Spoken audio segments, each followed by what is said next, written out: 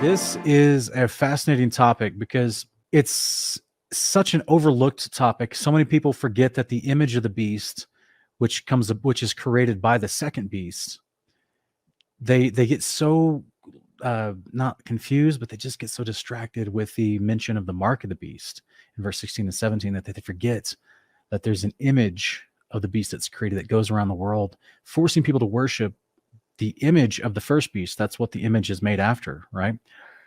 And then if they don't worship this thing, which represents the power and the authority of the first beast, then they're going to die.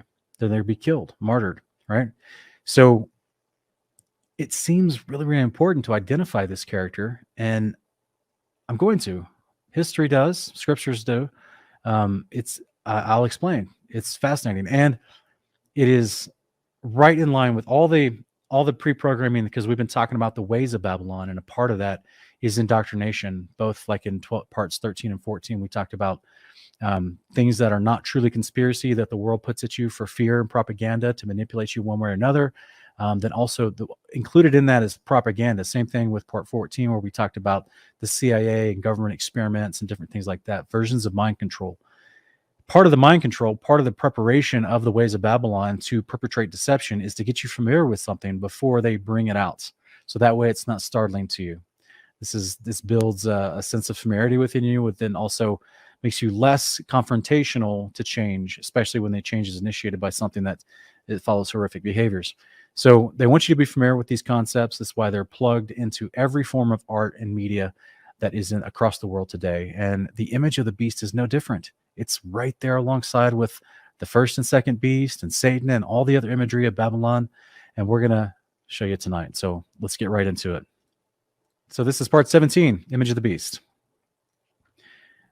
And guys, if you're new to the series, please go back and start watching part 1 so that all this in series will make more sense to you. Because I'm doing this in installments, I can't stop people from watching the most recent installment first, but I would strongly recommend you don't, because we're getting into the higher level stuff as far as all the things I built for the last 16 episodes, of things I've been building in each episode, so that you'll understand these last several episodes even more, and you'll see it forever. You'll never unsee it now once we get done with this.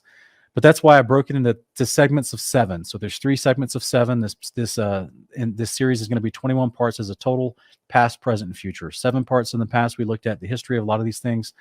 7 parts of the present, talked about different concepts that are perpetrated still today, as the empire of Babylon has its tentacles spread throughout the different cultures and nation states today. And then also now we're in the last 7, which is the future of Babylon, how it integrates with prophecy leading up to the day that the Messiah returns and has to stop them from all this nonsense. So if you haven't seen the rest, please go back and watch. But if not, if you have seen the earlier parts, I hope you enjoyed tonight. Revelation 13, 11 through 15. Then I saw another beast rising out of the earth. This beast had 2 horns like a lamb, but spoke like a dragon. And this beast exercised all the authority of the first beast, and caused the earth and those who dwell in it to worship the first beast, whose mortal wound had been healed. And the second beast performed great signs to cause even fire from heaven to come down on earth in the presence of the people. Because of the signs it was given to perform on behalf of the first beast, it deceived those who dwell on the earth, telling them to make an image to the beast that had been wounded by the sword and yet had lived. Not the image had not been wounded. The first beast was wounded, but is alive now. And as we talked about last time, the consistency of who the second beast was in history, being Nergal, being Anubis, being this Hades guy who had the ability to heal and even resurrect. And so this is consistent with who the first beast is, as we've reviewed in part 10 of this series. So the image that's created by the second beast is made to the image of the first beast character. So it says the second beast was permitted to give breath to the image of the first beast, so that the image could speak and cause all who refuse to worship it to be killed. What does it look like when an image speaks? So guys, if you haven't, please go back and see social scoring, Mark of the Beast. This is where we identify the second beast. Okay, it's him who instigates the mark. It's him who forces it on the people. It's the second beast who creates this image and gives it the breath of life to be able to speak, cause people to worship the first beast. This guy is the hype man, the cheerleader for the first beast. It's him that is causing people to worship the first beast. Okay. And it's him who creates the image of the beast. Revelation 13, 11 through 15. Oh, I'm sorry, I just read that. So what is AI, artificial intelligence, or automatons in history? This is from ancient Greece. This is the most famous one. This is called the winged talon. Other times his name was called Talos. It's commonly referred to in many Greek writings as Talos. Talos. And he's armed with a stone in this particular coin. This is an actual coin from ancient Greece, approximately, 3rd, 4th century BC. A drachm made of silver. Okay, this was just like their other gods they would put on their coins. They put this Talos on their coin. Who is Talos, and why is he sometimes referred to as winged? And I'll explain the differences. So here it says that this is some history about what we talked about in part 5 of this series. And as you're going to hear me say a lot of this, because this is all culminating, guys. This is why I had to break it up in installments. Because now as we get in these last 2 episodes, you're going to see how it all is connected. It's a huge topic, like I said in episode 1, part 1 of this series. It's a massive topic. And I couldn't think of any other better way to teach it, to explain it all, to help people go through it step by step. So it says this is some ancient history of Mount Olympus. We reviewed some of this in part 5. We talked about Mount Olympus, home of the gods. The sacred mount was believed to have a temperate climate all year round. It's interesting. That doesn't sound like a mountain. And mountain gorges lush with forests. The gods did not always reside in their paradise, however, and would depart or return from there via a gate of clouds, guarded by the Hore, the goddesses of the seasons. An author's claim that tables in Zeus's palace on Olympus were made of gold and were actually automatons, created by Hephaestus. They moved in and out of the rooms as required by the gods. It was also designed by Hephaestus and was constructed from black marble. Inlaid with gold, each of the gods had their own palace on the mountain, usually constructed of gold and marble and situated in a gorge in the mountain peaks. So they're interesting, right, guys? There were automatons, according to ancient Greek stories about the gods, and we've already talked about who Zeus was. We already talked about the family of gods. And Apollo was under Zeus. We'll talk about that more later. It also talks about the gods met daily at Zeus's palace in the Pantheon, where they held feasts and discussed the fate of the mortals. There they drank nectar and ate ambrosia, which perpetuated their immortality. Allegedly, when the gods drank ambrosia, the blood in their veins was replaced by ichor, a substance that's toxic to humans. Ichor also ran through the veins of Talos, the Greek giant automaton. So that's interesting. Now we have this concept of these guys. Not only did they meet daily to discuss the fate of mankind, what they're going to do, how they're going to deceive mankind on a daily basis, right? But they also had a giant Greek automaton who had filled with this concept of this ichor, almost like some sort of weird oil, right?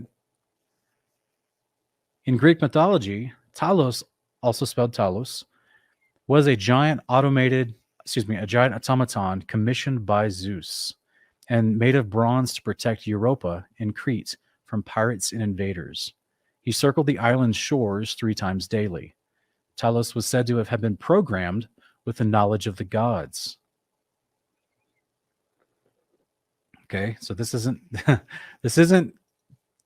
table that automatically goes in and out of a room. This is a giant robot programmed with the knowledge of the gods and filled with some sort of liquid. Yes, exactly. I will not be programmed because I'm not an automaton. Big shout out to Wes Blaze if he's in the house. So guys, check this out. We're going to look at the death of Talos as depicted in cinema. This is actually a movie from 1963, which is pretty crazy to me that they've been putting this stuff in our face for a long time. So this is Jason and the Argonauts. The idea that Jason was trying to attack the Greek gods. And this is what they had to face when they had to attack the Greek gods when they got to this island. They ran into Talos, a giant metal statue. Now, obviously, this is like claymation. This is 1963. So the graphics are super bad. Many of us have probably even seen this clip. But this is the idea. This is the representation of Talos. Let's do it a little bit. Because here at the end, this one guy, he pulls this plug out of the back. This is how the story goes, how to defeat Talos, was to pull the plug out of the back of its ankle.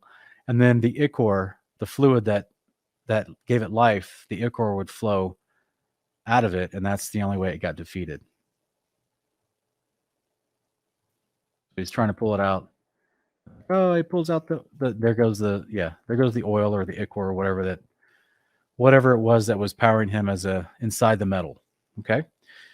So that's silly claymation, horrible CGI, but the idea is they've been pushing this stuff for a long time, and they've gotten better at pushing the story. I'm going to show you guys in a little bit. But real quick, let's take a look as we investigate deeper. We're going to take a look at the different embodiments of automatons in modernity. Okay, so this is artificial intelligent automatons in modernity, in the modern day, okay? So in the 1700s, approximately 1726, there's a famous book written by Jonathan Swift, and he published a book called Gulliver's Travels. And this includes a description of, quote unquote, the engine. It's a machine on the floating island of Laputa, a project for improving speculative knowledge by practical and mechanical operations. By using this contrivance, the most ignorant person at a reasonable charge with little bodily labor may write books of philosophy, poetry, politics, law, mathematics, and theology with the least assistance from genius or study. So this is very interesting, and we're gonna talk about Gulliver's Travels in future episodes as well. But just there's so many things within this satirical book that he's revealing the religion of Babylon within this book. So Laputa was this floating city that Gulliver encounters in his different travels, and he runs into the big people, the little people, and then he runs into the people that are floating in the city. And they had this thing in the city called the engine. And by this engine, you could create knowledge, probably the easiest way to put it. Through practical and mechanical operations, it created knowledge. This is a modern day microchip.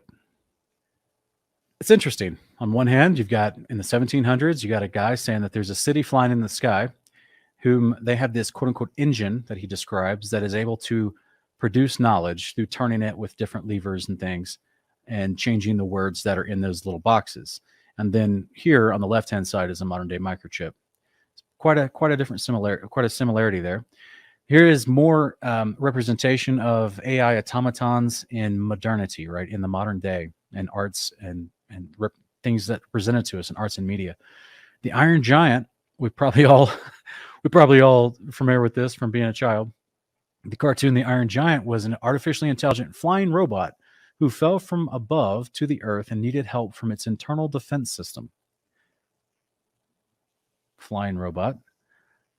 This is a movie in 2008. The Day the Earth Stood Still is a 2008 American science fiction film, and it's a loose adaptation of the 1951 film called the same thing.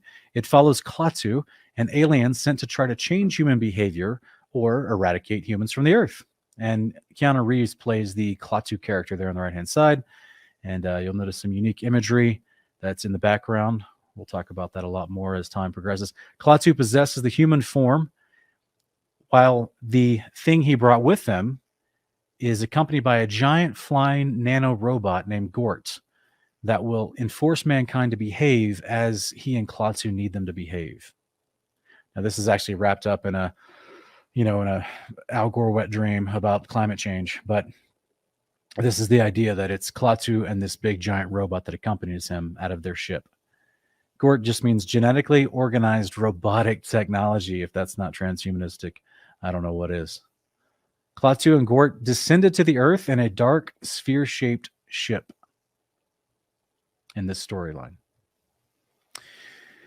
So in the popular Terminator franchise, the self-aware artificial intelligence system is called Skynet. It's created by a company called Cyberdyne. Produced robots to go throughout the earth and kill mankind. The word dyne, it comes from the actual Greek, from dynamis, and it means power and force. So it's cyber, something that's, online, digital, internet related, right? So it's the force. And what came out of them was this thing called Skynet, which it's very on the nose. And robots were produced to kill mankind. Skynet builds many variations of robots and crafts to help the robots fly. And in the latest Terminator movie, the 2019, the AI Skynet is renamed Legion. It doesn't get more on the nose than that. In the popular Star Wars movie that we're all aware of, in the whole movie franchise, it portrays a robot humanoid hybrid called Darth Vader, who also comes from a sphere-shaped ship called the Death Star. Darth Vader is tasked to crush those who resist the Empire throughout the galaxy. Yeah, Vader Bear, it's just all a coincidence. It's all a coincidence. That's all it is. So we go on to a movie that not a lot of people may remember. 2004 Sky Captain in the World of Tomorrow is about an evil inventor who wants to kill all of mankind and start over with cloned DNA. He sends giant flying robots to attack New York City, and this activates the protagonist to go try to find him and stop it. In 2015, the Avengers Age of Ultron movie, it portrays an artificially intelligent flying robot that creates more flying robots to attack people and tries to kill mankind with a floating city. This is Ultron. They lift up this Eastern European city that's fictional. It's called Sokovia. Yeah. Eric Rice used to love Sky Captain. Brother, I think you and I are the only two people that saw that movie. So what's fascinating is look at this is the depiction of Ultron's plan to destroy humanity in the movie, where he wants to lift the city in the sky through this levitating technology that he's basically figured out through his artificial intelligence. And he's an evil robot that wants to use a flying city to destroy people. And that's where his base is. That's where the Avengers have to go to him on the flying city to attack him and stop his plans. But just recently, in the animated version of Marvel, where they have that same storyline where we have this idea of a rogue automaton named Vision, named Ultron, who gets all the Infinity Stones that you saw in the popular movie that Thanos got. It's called a What If episode. Basically, it's a different outcome. They rewrite the story, and it's from a lesser known brand of comic books. But in the What If concept, that the automaton, the artificially intelligent automaton, gets the power of the Infinity Stones, and he goes in this flying orb-shaped ship to destroy mankind and to destroy all of his enemies and anyone that might disagree with him. So let's go back to this idea of Laputa, because this is fascinating. This is we're going to talk about this more when we get to next part 18. We talk about ball top towers, and I'm going to show you how even Hollywood not just glorifies it in films, but also as we will see in architecture all around the world, but even in Hollywood's architecture, they glorify Laputa. And so, by the way, Laputa in Spanish means the whore.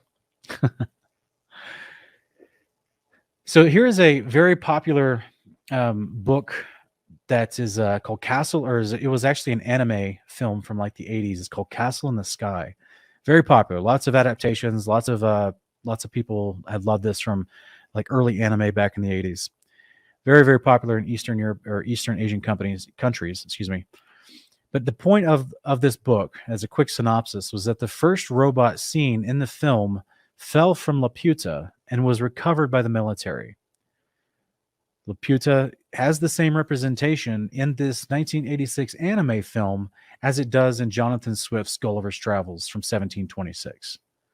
It's a floating sky. It's a floating city in the sky. And in this particular adaptation, there is a robot that falls from that floating city. And these two characters, Muska and Shida, they tell the people that the flying robot is dead, But then the girl in the story, she activates her Ethereum crystal on her necklace with a spell she learned from her grandmother, and the robot comes back to life.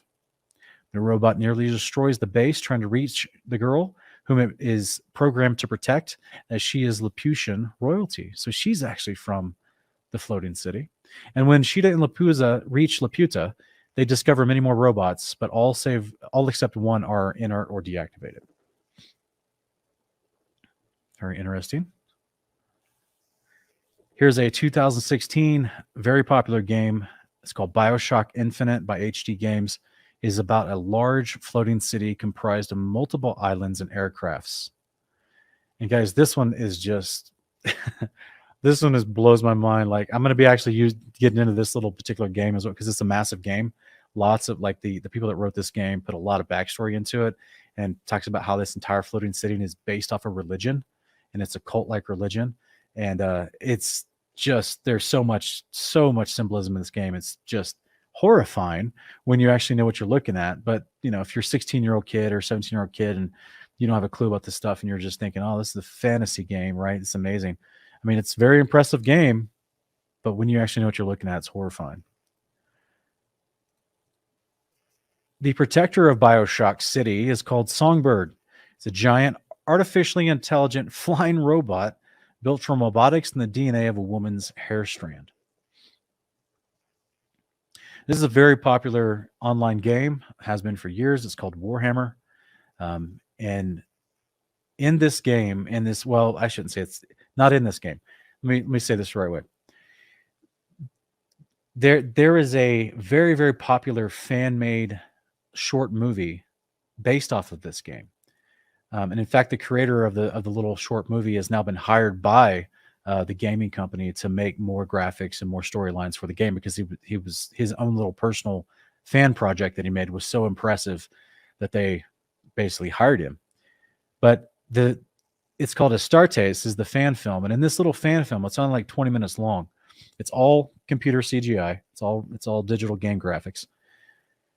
It's basically about a ship floating in space that has this orb that these huge genetically altered superhumans and these ridiculously strong armor is trying to board this ship that's floating above the earth, or floating above a planet, so they can get into this ship where this floating orb is being protected. And as they're walking through different places in the ship, they see a massive, inert, deactivated, large metal automaton. Okay, this is just one. It's just, you can see just beyond his skull on the right, you can see one of the armored soldiers walking by in this scene, and you can see the metal automaton laying down. It's not active anymore.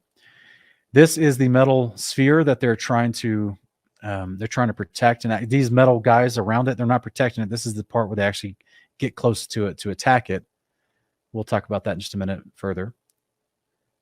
There's a couple scenes in here where they want you to see that even though in some scenes this sphere is being held by braces attached to the ceiling, in other moments that they just want you to see that it's levitating, even to the point of zooming in on the place where it's levitating.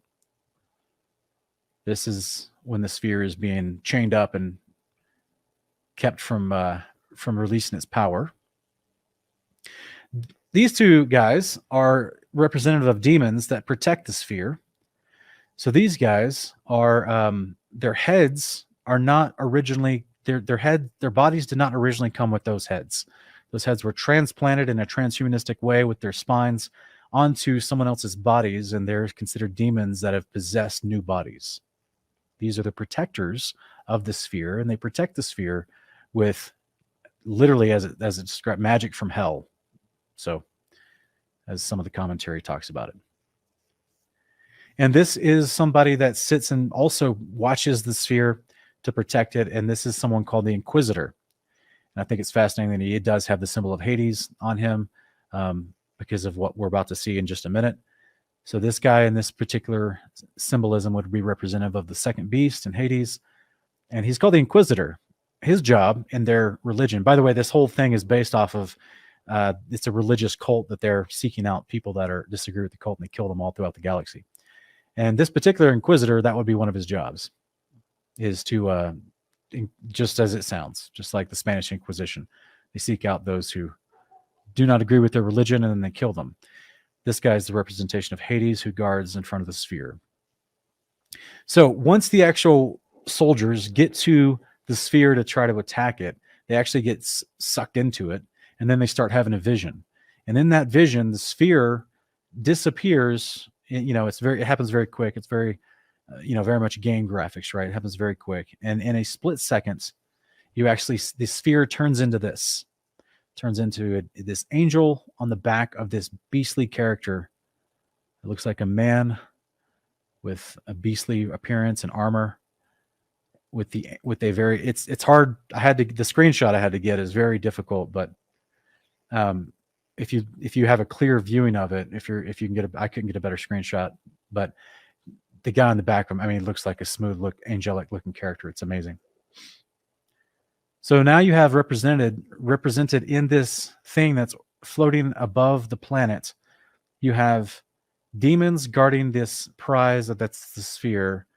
You have Hades guarding, who's representative of the second beast, who creates the image to the beast, which would have been the Talos character that was decommissioned before they got to this inner chamber, the metal automaton created by the second beast. And then once you actually get to the sphere, you see the representation of Satan and Apollyon. And then the soldiers are then sucked into an Isaiah 14 moment, where it's like a strange version of Hades, where a bunch of giants who rise from their thrones, they don't rise because the camera cuts off at this point, but this is where the soldiers get sucked into, is a huge place where there's a bunch of giants on thrones, which is very, very synonymous with some of the words in Isaiah 14 about the king of Babylon being taken down, and the kings of the earth that rose from their thrones in Sheol to say, "Oh, you're here now." Very interesting symbolism, guys. That is artificial intelligence that's being represented in modern media and culture. What is artificial intelligence? This is something that we should probably take a moment just to kind of look at real quick. Artificial intelligence on the left-hand side, big blue circle that encompasses the other two, systematic application of machine learning to achieve a cognitive action. That's exactly what we looked at from Gulliver Travels, 1700s. He created a machine that was called the engine that helped you learn new ideas for inspiration and progress. Some examples of this are self-driving cars, robots, AI-based assistants, leverage machines learning as its brain and accomplish an action.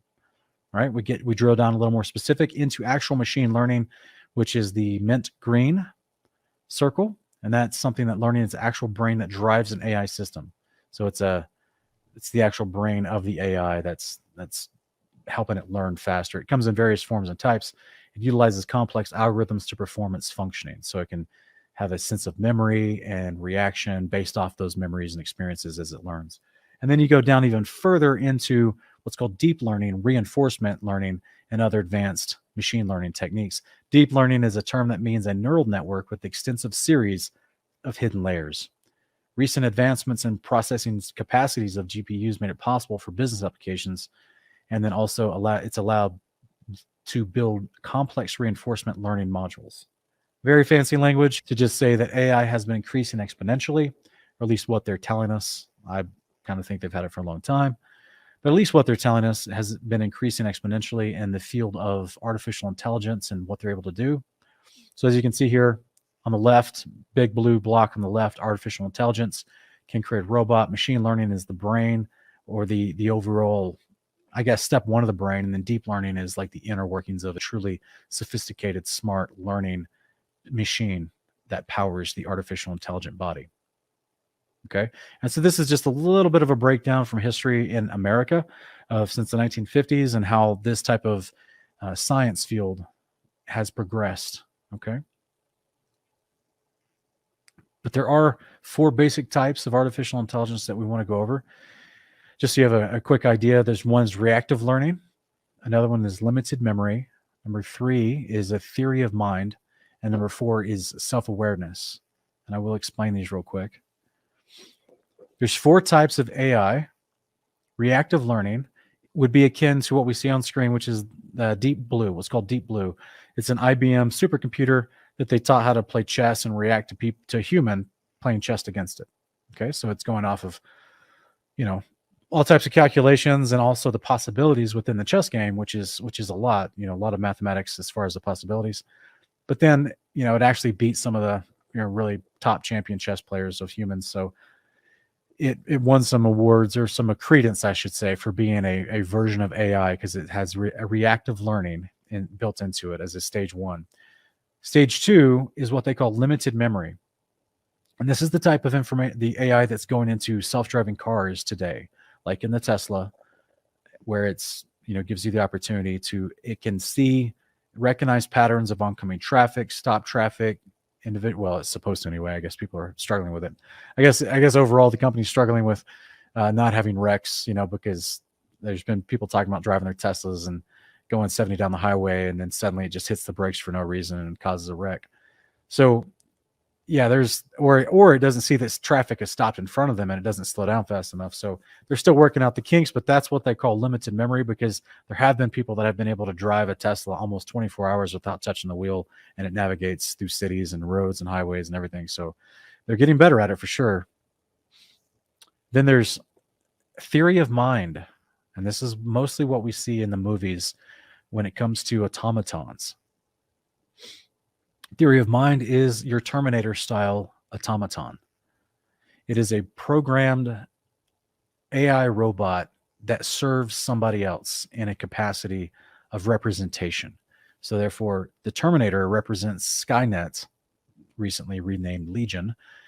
The Terminator represents Skynet, and it was built by Skynet, and it goes out in the service of Skynet, and it knows whom it serves. It has that much awareness to know that it's on a mission, and it has a sense of loyalty. So that's what they call theory of mind. Yeah, I know, Colleen. iRobot is in here, but that almost, there's a lot more philosophy in iRobot, and I didn't want to confuse people. I'm just going over the big broad strokes, the big ideas. 4 types of AI.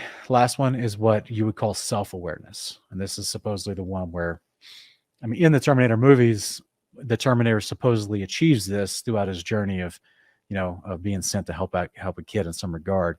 At least in the more, I think, number 5 or 6, I can't remember. They've gotten so convoluted.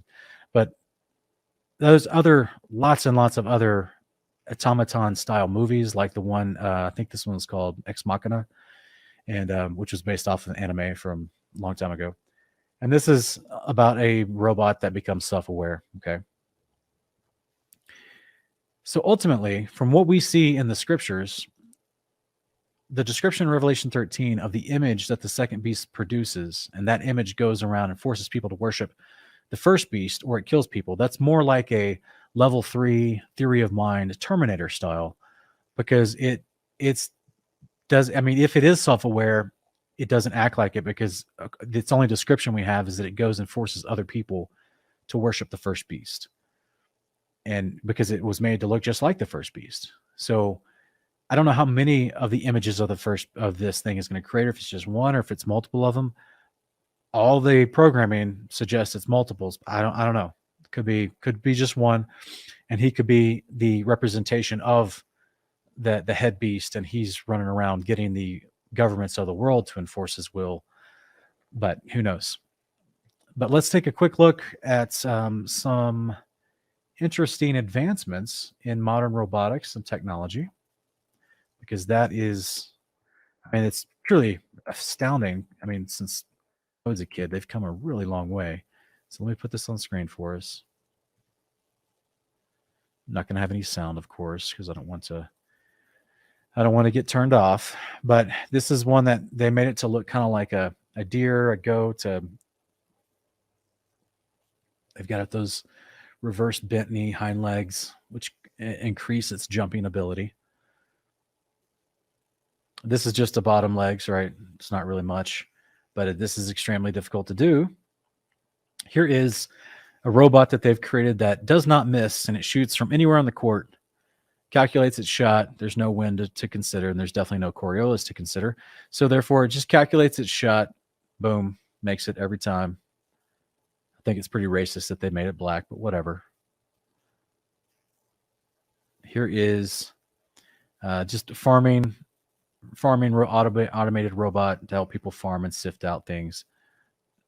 There's so many more, so many more. Here's the police dog, also used in the military. So did you guys see that it was jump roping from other robots. So it has this little arm on it and it can pick up stuff, do laundry for you at the house. Oh, how nice. So it's like, so there's other robots doing the jump rope for it. So this is just to show you how far they've come. And it's by Dynamics. Remember, it's a Greek, is a variant of that Greek word force. Yep, there it is, taking a cinder block where it wants to go. Now it's just doing little things because it has a little arm that can grasp what it needs to grasp. It has an actual clutch. Open doors. This is pretty fascinating because look how its neck or the little hand bends. Man, it looks like the Matrix, the little squid things that come after the people in the Matrix. This one, of course, guys, of course they're making these so that it can help you. That's all it's about. They're just trying to help you. They just want to put it in the medical field and help you. That's all. That's the only reason they would ever make these. There's no other reason they would ever make these. No other reason. There's all types. There are also little bitty ones that are being used in surgery, sculpturing, art, all types. There was another one. Let me see if I can find it real quick. There was another one at a chess match. Yeah, here it is. So here we go at a robot symposium. This is the walker. No, that's not supposed to be a zombie reference, but boy, it sure is on the nose. Yep. So as you can see, sit down, turn around, play some chess. This is fascinating because this is an actual robot that can camouflage itself like a chameleon. And they even say in the video, which I'm not going to play the sound because I don't want to have the video stopped in case there's a copyright issue. They even say in the video that, oh, now the robots can sneak up on you. Sadistic narrator. But yeah, it changes colors as it perceives the surface it goes over, becomes a new color, so it can blend in and sneak up on you. Oh, how considerate. It's so amazing. So anyway, there's a ton of different advancements in modern robotics. So the idea is that when they get all the movements figured out, right, they're going to get the functionality of the hands. And I mean, they've got other robots that have hands. They've got other robots that can shoot guns. They got they've got robots you probably saw in the teaser trailer to this where they can literally do flips and somersaults. They can jump up on boxes and turn around and stand on one leg and do a backflip. Like almost the entirety of human movement, maybe without the swiftness or the grace, but almost the entirety of human movement can be replicated now with smart robots. That's just the external mechanisms, right, of the limbs moving and the head turning and all that stuff. Then once they get the AI perfected, they can merge the two. That's obviously the goal. But real quick though, I just want to start talking about the sales pitch of the Mark of the Beast, because this is what's being put on us, so that when the first and second beasts arrive and they start their 42-month reign, they're going to get pushed back. I've talked about this before, but there will be people that fall for it, right? People that do take the mark and that do worship the first image, the first beast, which is the image was made to look like, because they're afraid of dying. So this is transhumanism. They told me I could be anything I wanted, so I became a god. Companies, this is it's called Transhumanism, the Future of Humanity. It's 7 Ways the World Will Change by 2030 by Sarwant Singh. It's back in 2017, November 2017. It's an article. We're going to read a couple pages from this article as it breaks down some of these ideas about how transhumanism will blend into AI and robotics. Companies today are strategizing about future investments in technologies such as artificial intelligence, the Internet of Things, or growth around new business models, While many of these trends will make for solid investment for the next 5 to 10 years, fewer companies are considering the revolutionary convergence of disparate trends pulled from technology. Disparate trends pulled from technology, behavioral and societal changes, and medical advances to understand how they will converge to transform society. So they're just telling you right here, they want to transform society with behavioral and societal changes, technology, medical changes. This transformation will be messy, complex, and sometimes scary, but signals already point to a future of humanity that will blur our identities into transhumanism. The coming years will usher in a number of body augmentation capabilities that will enable humans to be smarter, stronger, and more capable than we are today. Wearables will be one form of body augmentation, but they will far surpass the fitness trackers of today. In the future, we can expect the arrival of contact lenses that can take pictures or video, universal language translator earbuds that allow us to communicate anywhere in the world, and exosuits that increase physical strength. We will also see increased use of implants ranging from brain microchips and neural lace to mind-controlled prosthesis and subdermal RFID chips that allow users to unlock doors or computer passwords with the wave of a hand. However, the most powerful body augmentation will come from biological augmentation as a result of increased insight into our genomes, advanced and IVF technology that may allow us to select the most intelligent embryos, and powerful CRISPR gene editing technology, which may one day give us the ability to eliminate all heritable diseases. The coming years will usher in a number of body augmentation capabilities that will enable humans to be smarter, stronger, and more capable than we are today. Wearables will be one form of body augmentation, but they will far surpass the fitness trackers of today. So I apologize. I put this, I shouldn't have keep reading this, but the point is I just want to show you the picture on there. This is what they're envisioning for wearables, just like I talked about in the Mark of the Beast episode last time. There's different types of wearables. I wanted to show you some different types, not just the paints or the tattoos that can actually have gold flakes put in with neural circuits inside, but also holographic wearables that they're trying to create, and they have created, but they're trying to master at this point. The most powerful body augmentation will come from biological augmentation as a result of increased insight into our genomes. So this is what we were just talking about, right? The advances in IF technology that allow us to select the most intelligent embryos, and the powerful CRISPR gene editing technology, which may one day give us the ability to eliminate all heritable diseases. These body augmentation capabilities will give rise to humans that are more resilient, optimized, and continually monitored. They will also lead to implications around which job opportunities are available to those with and without augmented abilities, as well as impacting sports competitions with hierarchies based on body augmentation. So guys, this is basically saying you may not be able to get a job unless you're augmented. You may not be able to play professional sports unless you're augmented. This is what they're putting out in the culture to be received and get used to, so when they enforce it. This is a Neuralink on the right-hand side. This is something that Elon Musk has been working on. It's actually, see that little thing in his hand, that little computer would go inside your brain, and I'm sure it would feel uncomfortable if it didn't cause some horrible problem after the procedure. Both wearables and implantable brain-machine interfaces, called BMIs, and no, that's not a bowel movement initiative, but that's pretty much what this smells like. They are in development from organizations that include Elon Musk's Neuralink, Facebook, and DARPA. The Facebook guys. just in case you weren't aware that Facebook and Instagram was data mining everything about you with all types of algorithms. These devices will dramatically alter the ways in which we communicate with each other, as well as digital devices. So today, when I speak with others, I'm limited by the speed with which I can speak and the words on the tip of my tongue. And when I interface with a computer, I'm limited by the speed that I can type. BMIs will change all of this to enable communication at the speed of thought in its full, unfiltered state. Mark Zuckerberg has described the following scenario. Today, when we share our vacation experiences, we upload photos and videos. With BMIs, I can share my full sensory and emotional vacation experience with my friends and family. All sounds great, right?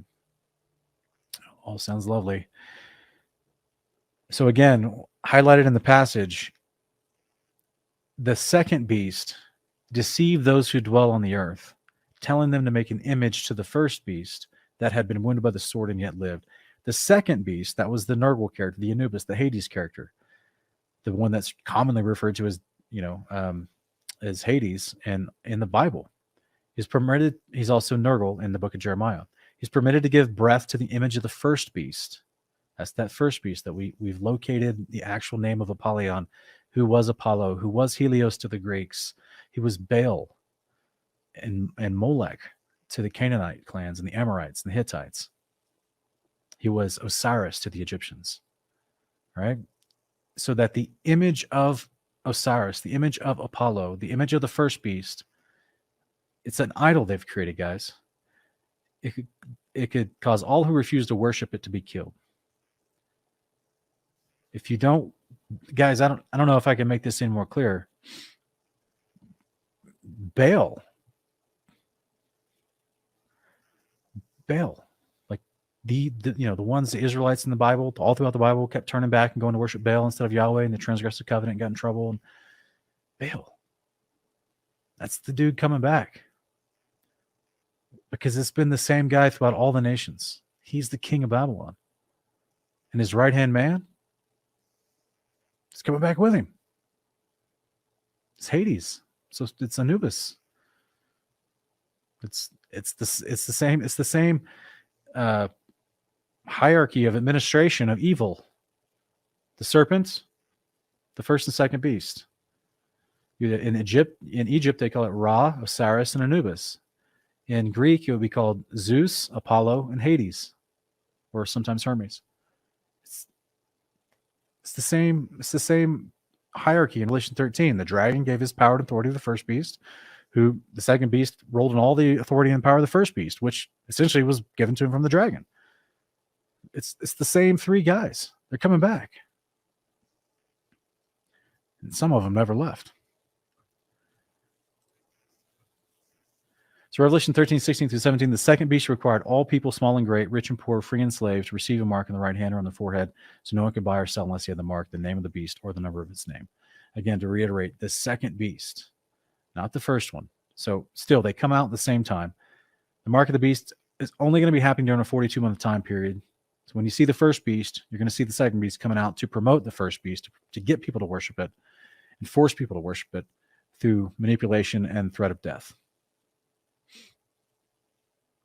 Revelation 17, 11 through 13 tells us directly that the beast that they saw coming up out of the pit in Revelation 9, this Apollyon character, is the beast that is not during the days of John when he's writing this, getting this revelation. And then he is an eighth king, who belongs to the other seven. So he's the first king of Babylon that's returning. This is Nimrod of old, who's also been called Helios, Apollyon, Apollo, Apollyon, Osiris. Yeah, same guy.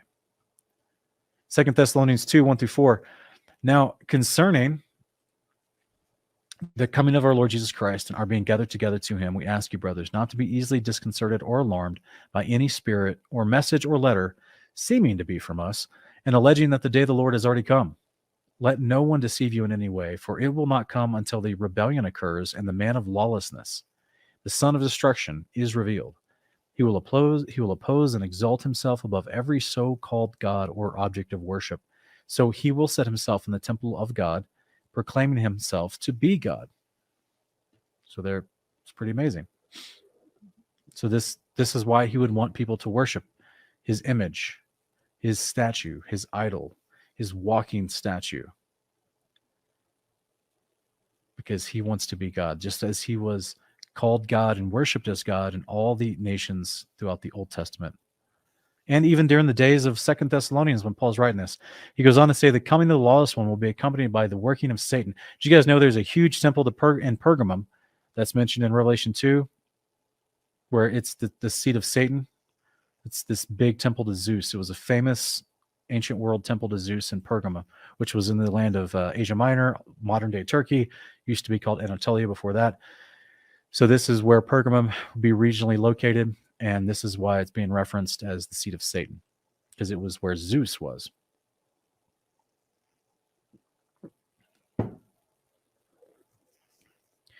So in Greek mythology, this Talos guy was a giant robot, an automaton that was commissioned by Zeus.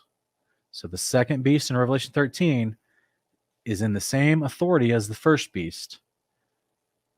They both, the first and second beast, they get their authority from Satan. That would be represented as the Zeus character. And then the second beast builds an image representing the first beast that moves, that can speak, forces people to worship the first beast. Daniel chapter 3. This is it. This is the ways of Babylon. Remember we talked about in part 10 and 11, or part 11 and part 12. These are the ways of Babylon. This is false worship, idolatry, authoritarian control to force these people. Daniel chapter 3, Shadrach, Meshach, and Abednego. If you do not worship Baal, a big giant metal statue, you will die. Was Baal there in this moment, guys, in Daniel chapter 3? Was Baal standing in the background? No, he's dead in Sheol. This is its image. The image was cast and made, and people were forced to worship the image. Daniel chapter 3, 1 through 6, King Nebuchadnezzar made a golden image 60 cubits high and 6 cubits wide, and he set it up on the plain of Dura in the province of Babylon. Then King Nebuchadnezzar sent word to assemble the satraps, prefects, governors, advisors, treasurers, judges, magistrates, and all other officials of the provinces to attend the dedication of the statue he had set up. So the satraps, prefects, governors, advisors, treasurers, judges, magistrates, and all the rulers of the province assembled for the dedication of the statue that King Nebuchadnezzar had set up, and they stood before it. Then the herald loudly proclaimed, O people of every nation and language, this is what you are commanded. As soon as you hear the sound of the horn, flute, zither, lyre, harp, pipes, and all kinds of music, you must fall down and worship the golden image that King Nebuchadnezzar has set up. And whoever does not fall down and worship will immediately be thrown into the blazing fiery furnace.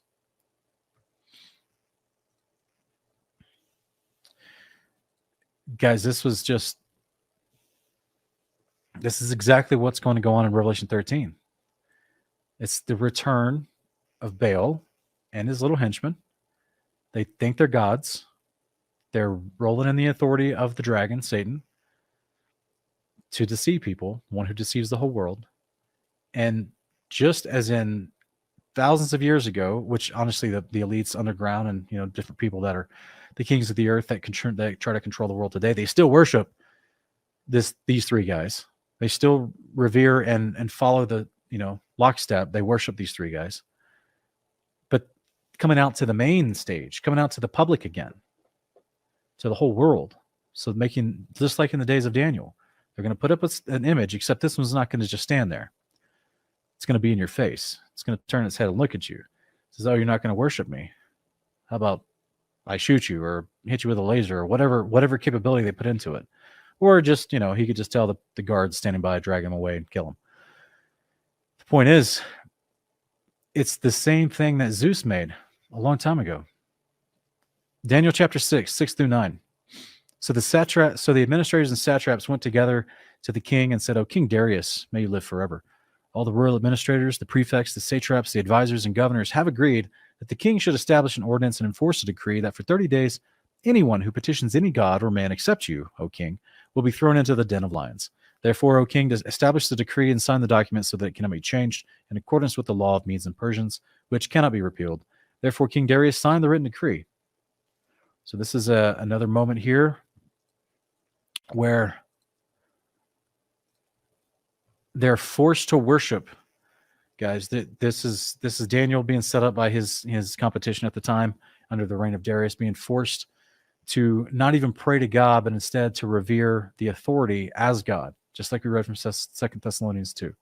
This is what the man of lawlessness will happen. This is what will happen when the one who's destroyed at the brightness of the coming of the Lord, that guy, which is the Apollo character, the first beast, when he shows up, he's going to have an image made to him by his little henchman, the second beast, and that is going to go and force people to worship it and pray to it and honor it as God. And if you don't, they're enforcing Baal worship, guys. This is just the return of Baal worship. And then, as you can see, I'm trying to make a joke here, but this is Talos. Talos is returning as the image, guys. It's suddenly this Terminator franchise takes on a whole new meaning to me. But Talos will be back. He will be. Guys, that is all I have for this particular segment of part 17, when we look back in history and we try to see all the same deceptions, the same characters, the same actions to deceive, even to the point of consistently speaking of these three characters, Zeus, Apollo, and Hades, being in an authority position over automatons. So what is the image? It's just going to be an automaton. It's just going to be made to look like the first beast. It's going to, whether there's multiple ones or just one and has people under his control, he's going to go around to the earth because he can move and speak, and he'll actually tell people to worship it. Now, he's not going to require sacrifices to be done to it, but he's going to call you to bow your knee, worship it, and do what he says, which is going to be to reject the creator, to reject the commandments, to take on their behavior, right? Take the mark. And this will be part of the persecution of Revelation 13, 7 through 10, that the first beast goes and persecutes the saints. So then the rest of 11 through 17 kind of starts explaining some of the ways that the first beast has been given authority to persecute the saints and overcome them. It's through what the second beast is setting up and enforcing through this image and the mark. So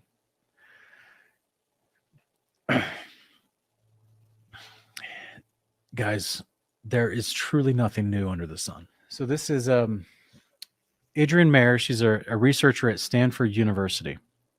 And this is an article that she wrote based on some of her research into ancient the gods and ancient robots, basically. And she said, my research into the first inklings of scientific impulse took me into the world of mythology, where ancient people first envisioned making artificial life, automatons, robots, self-moving devices, and other marvelous things long before the technology made them possible. Now, that's her, Stanford academia mentality, right? That all this stuff was myth and it's not real, and it's not, that it hasn't all been done before, but they just dreamed of things that we're now doing today, because she doesn't think they had the ability to do it, which is pretty hilarious to me because of what she says a little bit later. But let's just keep going and read what she says here. She goes, these stories about robots and other machines in ancient oral traditions were first written down in the time of Homer. Not true. About 2,700 years ago. But the Greeks were not the only people to imagine automatons and machines in antiquity. Similar stories existed in the Ramayana and the Mahabharata and other epics. This is in India. In Hindu myths, automatons are made by the engineer god Vishwakarma and the sorceress Maya. So how interesting, right, guys? That the robots are made by an engineer and a sorceress. It seems fitting. In Greek myths, they're made by the god of technology Hephaestus and the brilliant artisan Daedalus. She says, I consider such myths to be the world's first science fiction stories. No single civilization had a monopoly on ancient dreams of advanced technology. Whether one looks at the Greeks, the Etruscans, the Egyptians, Hindu, Islamic, Chinese, or any other ancient culture myth about artificial life, they all contemplate what wonders might be achieved if only one could possess the divine creativity and ability of the gods. Now, guys, she's acknowledging that all these ancient cultures that she just listed off had stories of automatons and moving devices, but she just plays it off as, oh, these are fancy stories of science fiction, because that's what she's taught in academia, right? Is that an evolutionary mindset that everyone was more stupid back then, and now we're smart today, and they weren't smart back then. So obviously that's the way she's going to word it, but it's fascinating what she is admitting and how they were all interconnected. They all had the same things within these different cultures. She said, they all contemplate what wonders may be achieved if one could possess the divine creativity and abilities of the gods. But it's not possible to draw a direct line of development from mythology over millennia to modern scientific knowledge. I disagree. So, guys, this is on the right-hand side is a statue, carving, a bust, whatever you want to call it, a relief from ancient India. And it is about this device that these people are standing around. This was supposedly one of the automatons that was created to guard sacred relics in ancient India. And Yahweh's friend, an automaton, is a robot, basically. It's a moving metal machine that is usually depicted to look like a person, right? Like a humanoid. So as you see here on the right, this is one of the machines that they're all standing around looking at, was supposed to be protecting these sacred relics. I tried to change the color scheme on this so you could kind of see the picture a little bit more because of all the fading on the stone. So you can see the center of it has this unique look to it.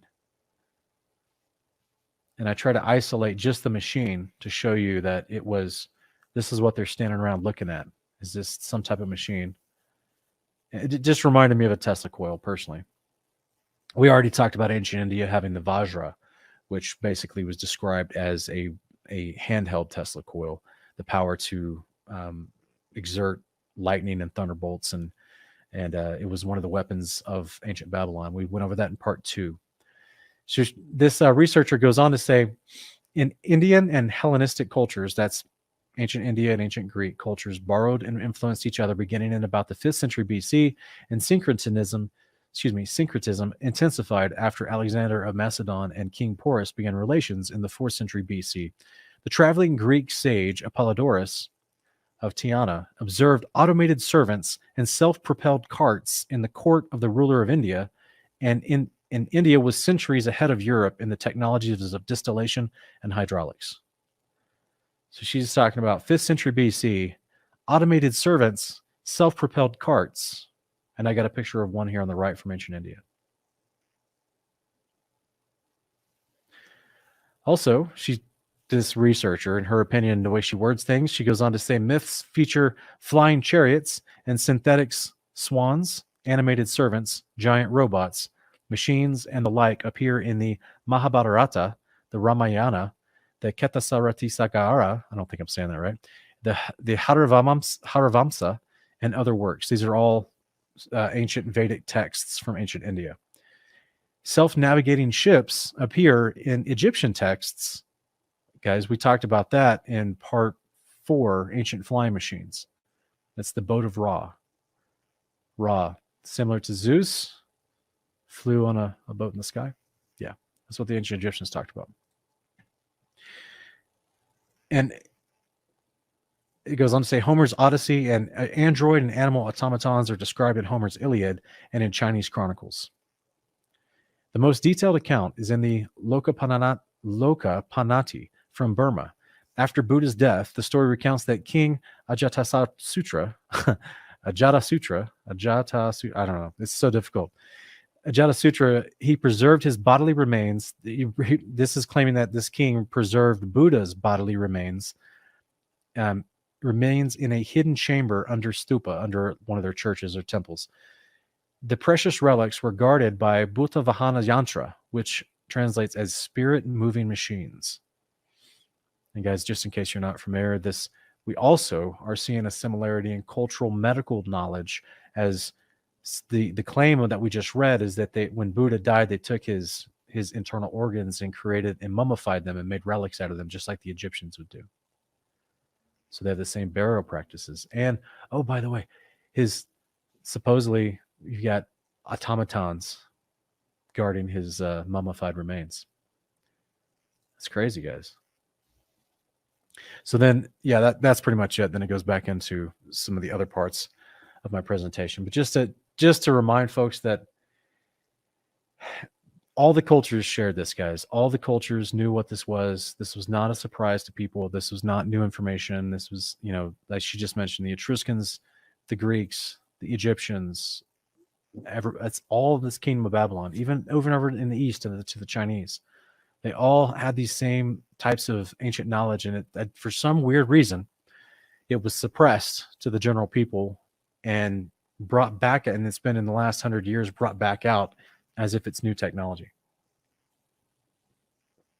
I shouldn't call it a weird reason. It's an obvious reason. They want to perpetrate the same levels of deception, but they have to have a fresh generation, because remember, 200-300 years ago, they started with the narrative that would fit. Okay, so let me back up and say it like this. Everything we just read about the ancient cultures and how they had automated moving machines, automatons, robots, that was all under the worldview of something very similar to biblical cosmology. And the only one that I've heard explained is ancient Sumerian cosmology, which was slightly different, even though they did talk about a bricked firmament, a brick that the sky was made of bricks. They also talked about how the gods from above came down from heaven, the sky above, just like kind of like the Greeks, but a little more different language. And then they're the ones that genetically mutated monkeys and created mankind. Oh, sounds like evolution, right? Like I said, all these deceptions are just repackaged from ancient Babylon. So that all these things we just went over in the ancient cultures and this idea of some of the knowledge of the gods that had been put into these automatons and used for the purposes of the gods that we've been discussing. That was all under a worldview very similar to biblical cosmology, just not the descriptions in the Hebrew scriptures. But they kind of took what God had described in the Hebrew scriptures of a multi-layered firmament, and then they kept the enclosed parts, but then they just kind of shifted little parts of it, and then that's where you get the Nordic theology of the 9 realms, and you get, like the one firmament instead of multiples, and you get the Egyptians representing the firmament as a god, personifying it as a god, being a big woman that's made of water that stretches over the earth. And they called her Nut, N-U-T, Nut. So what changed is about 300-400 years ago is it moved into, they decided, I guess it really started more like 500 years ago. They decided we need to help people forget that they live in an enclosed cosmology created by a creator. Because even the gods of old could not ascend above the firmament, even though they were said to be in the sky. We're going to talk about that more later. But they could not ascend above the firmament and truly prove what if they would have claimed they came from above the firmament, there's no way they could have proved that or shown it to anybody. They changed the whole setting through which the deception would come through. And they said, we're going to take this new model of a ball in space with no covering, with no barrier, with no enclosing. Wide open space, limitless, infinite limitless. Actually, the exact opposite of an enclosure with finite space. They're going to make it infinite space. So they just flip that on its head. They turn the flat circle of Earth into a sphere. And then they decided this narrative that is the ancient gods hierarchy is going to be repackaged.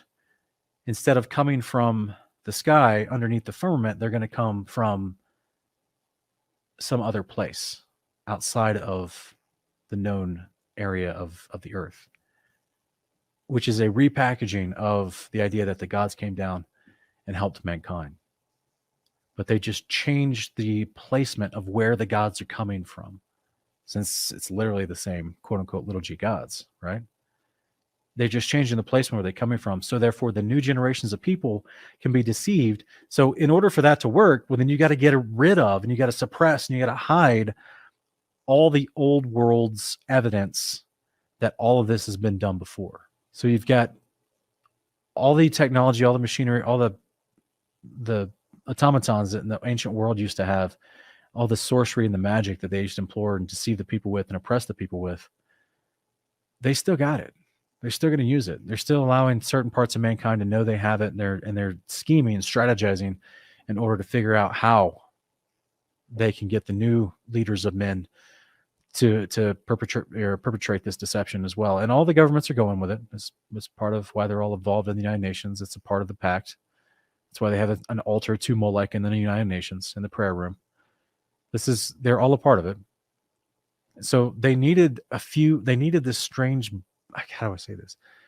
It's almost like they needed a regression. This is why, they termed the quote unquote Renaissance as a revival of knowledge, right? Advancements in art. And, but really you're just like, okay, Leonardo da Vinci in the 1500s made an automaton lion, and he made an automaton suit of armor that barely moved.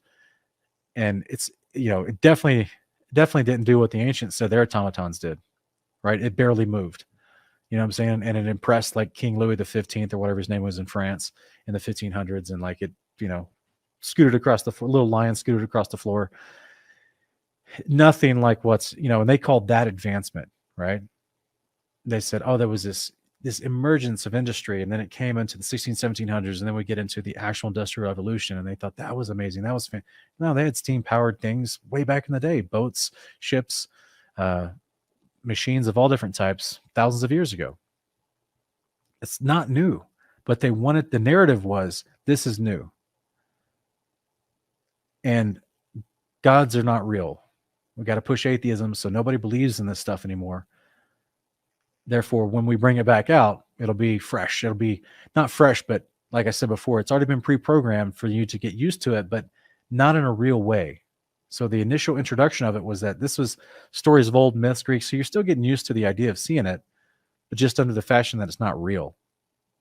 But when they do flip and they say, oh, it is real, he's right over there, and he wants you to worship him because he created you.